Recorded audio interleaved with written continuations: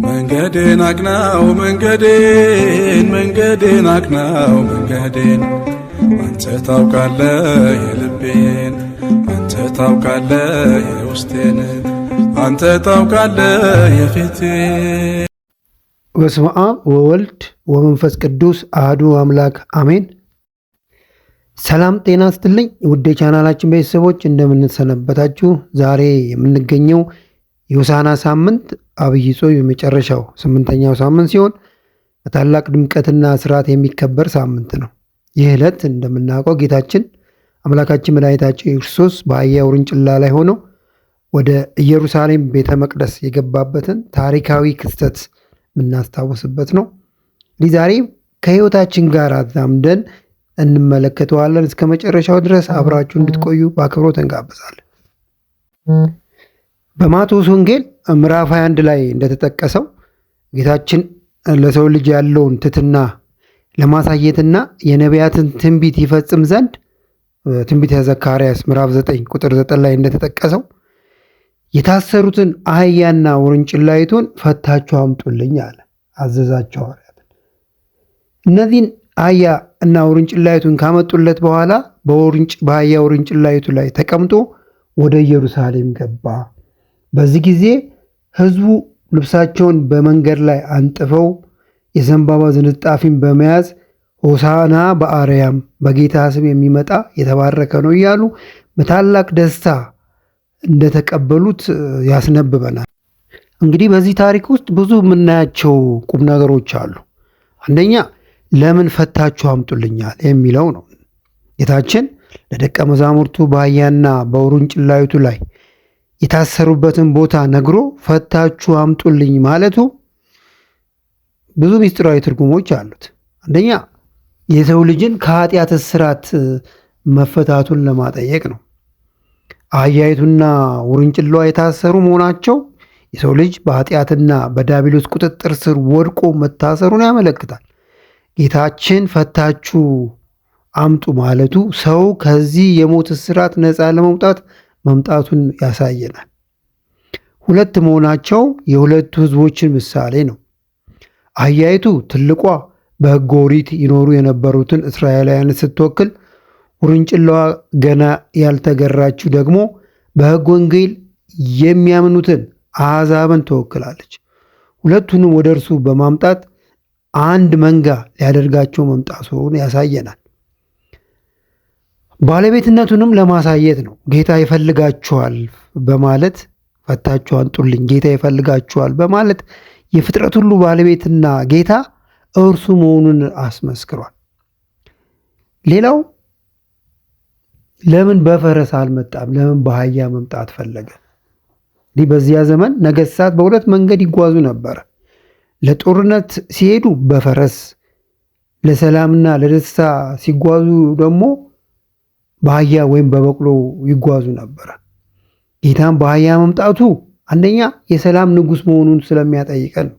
ጌታ የመጣው በኃይልና በጦርነት ዓለምን ለመቆጣጠር ሳይሆን በሰላምና በፍቅር የሰውን ልብ ለመግዛት የመጣ መሆኑን ለማጠየቅ ነው። ፈረስ የጦርነት ምልክት ሲሆን አህያ ግን የሰላም ምልክት ነው። ለዛ ነው በአህያ ውርንጭላይቱ ተቀምጦ የመጣው። ሁለተኛ አህያን የመረጠበት ትሕትናን ለማስተማር ነው። የነገሥታት ንጉሥ ሲሆን ጌቶች ጌታ ሆኖ ሳለ እጅግ ዝቅ ብሎ በትሕትና በአህያ ውርንጭላ ላይ በመቀመጥ ለሰው ልጅ የትሕትናን መንገድ አሳይቷል። ሌላው ትንቢቱን ለመፈጸም ነው። በትንቢተ ዘካርያስ ምዕራፍ 9 ቁጥር 9 ላይ ነቢዩ ዘካርያስ እነሆ ንጉሥሽ ጻድቅን እና አዳኝ ሆኖ ትሑትም ሆኖ በአህያዋ ላይ ተቀምጦ ወዳንቺ ይመጣል ተብሎ የተነገረው ትንቢት ይፈጸም ዘንድ ነው።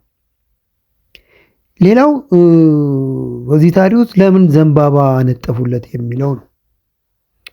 ሕዝቡ ዘንባባ ይዘው መቀበላቸው፣ መንገድ ላይ ማንጠፋቸው ዝም ብሎ የተደረገ ሳይሆን ትልቅ ምልክት ስላለው ነው። አንደኛ ዘንባባ የድል ምልክት ነው። በጥንት ዘመን ጀግኖች ነገሥታት ድል አድርገው ሲመለሱ በዘንባባ ይገለጡ ነበር። ጌታችንም ሞትና ዲያብሎስን ድል የሚያደርግ የዘላለማዊ የድል ንጉሥ መሆኑን ለመግለጽ ዘንባባ ይዘው ተቀብለውታል። ሌላው የሰላምና የደስታ መገለጫ ስለሆነ ዘንባባ ሁል ጊዜ አረንጓዴ በመሆኑና የማይጠወልግ በመሆኑ ጌታ የሚሰጠን ሰላምና ሕይወት የማይጠወልግ ሁሌ ለምለም መሆኑን ያመለክታል። ሌላው ዘንባባ የምስጋና መስዋዕት ነው። ሆሳዕና አሁን አድን እያሉ ሲዘምሩ ዘንባባውን መያዛቸው አዳኝነቱን አምነው መቀበላቸውና ለክብሩ መገዛታቸውን ማመስገናቸውን ያሳያል።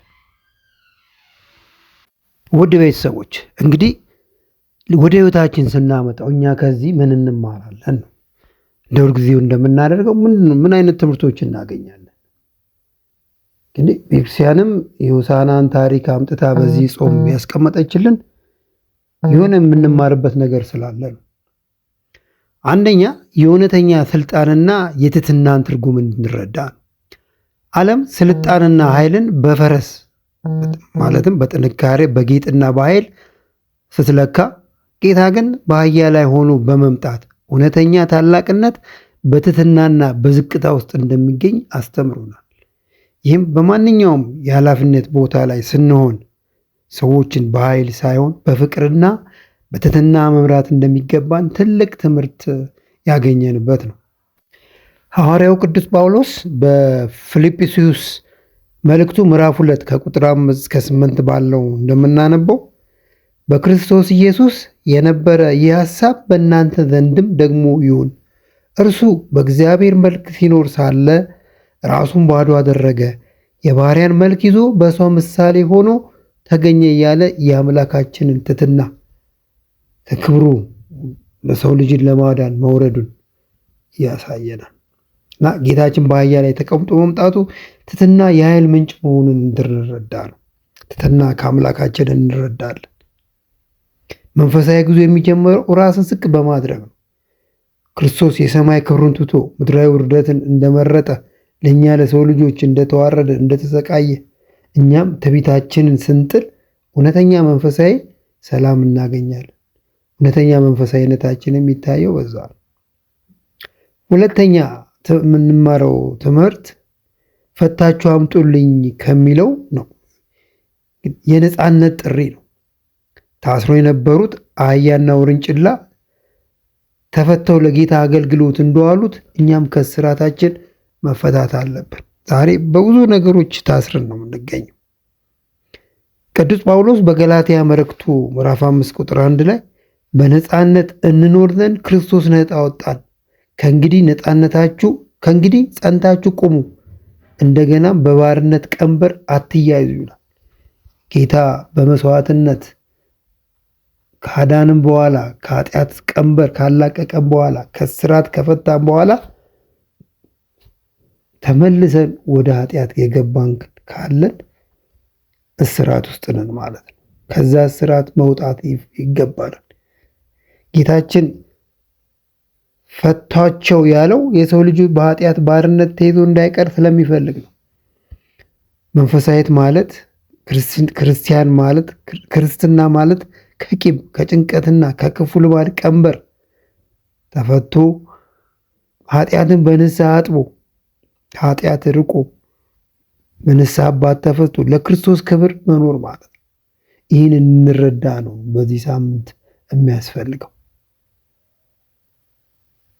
ስለዚህ ከኃጢአት ባርነት መፈታት ይጠበቅብናል። ራሳችንን ነፃ ማድረግ ይጠበቅብናል። ሌላው የምንማረው ትምህርት ልባችንን ለጌታ ማንጠፍ እንዳለብን። እንግዲህ ልብስን ማንጠፍ ሙሉ ለሙሉ ራስን ለንጉሥ ማስገዛትን ያሳያል። እንግዲህ ጌታ በአህያ ውርንጭላይቱ ሲመጣ ልብሳቸውን አንጥፈው ነው የተገዙለት። መገዛታቸውን፣ መውደዳቸውን፣ ምስጋናቸውን ያሳዩት። ቅዱስ ጳውሎስ በሮሜ መልእክቱ ምዕራፍ 12 ቁጥር 1 ላይ እንግዲህ ወንድሞች ሆይ ሰውነታችሁን እግዚአብሔርን ደስ የሚያሰኝና ሕያው ቅዱስ መስዋዕት አድርጋችሁ ታቀርቡ ዘንድ በእግዚአብሔር ርኅራኄ እለምናችኋለሁ፣ እርሱም ለአእምሮ የሚመች አገልግሎታችሁ ነው ይላል። ሕዝቡ ልብሳቸውን መንገድ ላይ እንዳነጠፉ እኛም ውድ የምንለው ማንነታችንን፣ ፈቃዳችንን፣ ጊዜያችንን ለጌታ እንደ መስዋዕት ልናቀርብ ይገባል፣ ልናነጥፍ ይገባል። ይህ እውነተኛ መንፈሳዊ አገልግሎት ለአእምሮ የሚመች አገልግሎት መሆን አለበት። ይህንን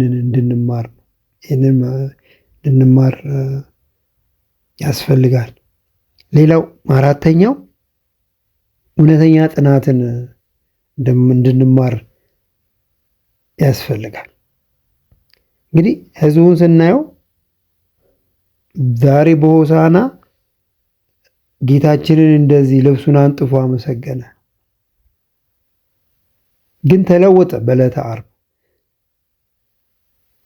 ዛሬ ያነጠፈለት በዕለተ ዓርብ ስቀለው ማለቱ እንግዲህ በታሪክ እንደምናውቀው ታላቅ ማስጠንቀቂያ ነው ለኛ። በራዕየ ዮሐንስ ምዕራፍ 2 ቁጥር 10 ላይ እስከ ሞት ድረስ የታመንኩን የሕይወት አክሊል እሰጣለሁ ይላል። እኛ ተለዋዋጭ መሆን የለብን። መንፈሳዊ ሕይወት በጭብጨባና በደስታ ጊዜ ብቻ የሚከተሉት ሳይሆን በፈተናም በመከራም ጊዜ ጸንቶ መቆምን ነው።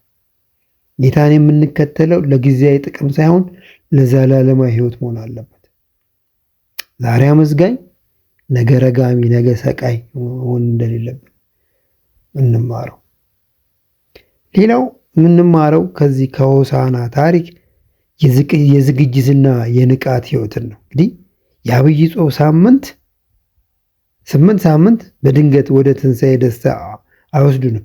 እያንዳንዱ ሳምንት እስከ ዛሬ ድረስ እንዳየናቸው ከዘወረደ እስከ ሆሳዕና እስከ ዛሬዋ ድረስ ደረጃ በደረጃ ማንነትን የምትፈትሽና የማደግ ሂደት ነው። ማንኛውም ትልቅ ስኬት ወይም ለውጥ በሂደትና በዝግጅት የሚመጣ መሆኑን ያስተምረናል። ውጤት ላይ ብቻ ሳይሆን በጉዞ ላይ ማተኮርም ለስኬታማ ሕይወት መሰረት መሆኑን ያመለክታል። ከሆሳዕና በኋላ የሚመጣ ሳምንት የመከራ ሳምንት ነው። በማቴዎስ ወንጌል ምዕራፍ 26 ቁጥር 41 ላይ እንደተጠቀሰው ወደ ፈተና እንዳትገቡ ትጉና ጸልዩ፣ መንፈስ ተዘጋጅታለች፣ ስጋ ግን ደካማ ነው ይባላል። ስጋችን ደካማ ነው። ዘወትር እንድንጠነክር መንፈሳችንን እንድንጠነክር ወደ ፈተና እንዳንገባ ዘወትር ተግተን እንጸልይ አምላካችን አዞናል። ሆሳዕና የድል ቀን ቢሆንም ከፊታችን ያለው የሕማማት ጉዞ በንቃት እንድንጠብቀው ያሳስበናል። በመንፈሳዊ ሕይወታችን ሁልጊዜ ለፈተና ዝግጁ መሆንና በጸሎት መትጋት እንደሚገባን ያስተምረናል። ምክንያቱም ከሆሳዕና በኋላ የሚከተለው ሕማም ነው። የሕማም ሳምንት ነው እና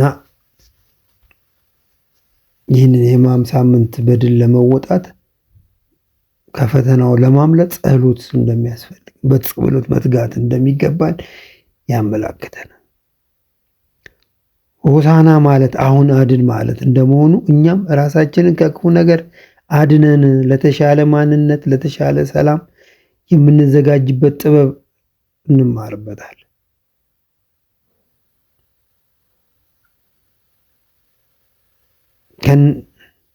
በአጠቃላይ ሆሳዕና ጌታ በፍቃዱ ለሰው ልጅ ሲል የተቀበለውን ትሕትና ሊያደርግ የመጣውን ሰላም ሊሰጠን ያሰበውን የድል አክሊል የምናይበት ታላቅ ዕለት ነው። የሆሳዕና እሑድ የአብይ ጾም ማጠቃለያና የሕማማት ሳምንት መክፈቻ ነው። ከሆሳዕና ማታ ጀምሮ እስከ ትንሣኤ ሌሊት ድረስ ያለው ጊዜ ሰሞነ ሕማማት ይባላል። እንግዲህ በዚህ ወቅት የጌታን መከራ፣ ስቅለት ይታሰባል።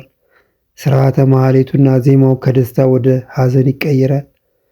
እንደ ክርስቲያኖችም በጾምና በጸሎት ጌታ ለሰው ልጅ የከፈለው መስዋዕትነት በዝግጅት የሚያስቡበት ልዩ ወቅት ይሆናል። ስለዚህ እኛም እግዚአብሔር ፈቅዶልን ይችን የሕማማት ሳምንት በፍጹም ጸሎትና ጾም የእግዚአብሔርን ውለታ ከፈለልንን መከራ እያሰብን እንድንጾም እግዚአብሔር ይርዳል። ለዛሬ ያዘጋጀነው ይህን ይመስላል። ከወደዳችሁት ላይክ አድርጉት፣ ለሌሎችም እንዲደርስ ሼር በማድረግ አጋሩት። ቤተሰብ ያልናችሁ ሰብስክራይብ በማድረግ ቤተሰብ ሁኑ። ተመሳሳይ ቪዲዮ እንዲደርሳችሁ የደውል ምልክቷን ይጫኑ። እንግዲህ ሀሳብ አስተያየት ካላችሁ ደግሞ በኮሜንት ሴክሽን ላይ ሀሳባችሁን አስቀምጡልን። እግዚአብሔር ቸርነት፣ የእመቤታችን አማላጅነት፣ የቅዱሳን ሁሉ ተራዳይነት አይለየን። ወስብሐት ለእግዚአብሔር።